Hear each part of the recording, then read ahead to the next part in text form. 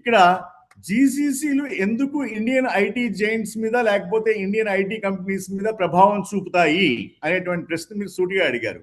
దానికి ఆన్సర్ ఏంటంటే, ఒకప్పుడు బిజినెస్ ఫ్లో ఎలా ఉండేదంటే సత్యనారాయణ గారు, MNC company, Indian IT vendor అంటే ఇండియన్ కంపెనీ అనమాట. ఇండియన్ ఐటీ కంపెనీ కాంట్రాక్టర్, అది అదండి కాంట్రాక్టర్.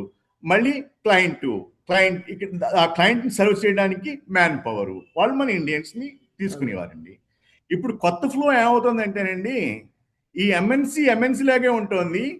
ఆ ఇండియన్ ఐటీ వెండర్ ప్లేస్ లో, ఇండియన్ కాంట్రాక్టర్ ప్లేస్ లో ఆ ఎంఎన్సీ వాడే తమ సొంత జీసీసీ కంపెనీ పెట్టేస్తున్నాడు ఇండియాలో. ఓకే, అలా పెట్టేయడం వల్ల డైరెక్ట్ గా వాడికి మ్యాన్ పవర్ డైరెక్ట్ గా వాడి దగ్గర పనిచేస్తుంది. ఈ కాంట్రాక్టర్ దగ్గర పని చేయవలసిన అవసరం లేదు. ఆ కాంట్రాక్టర్ ఇంతవరకు ఏం చేసేవాడు, ఈ ఎంఎన్సీ కంపెనీ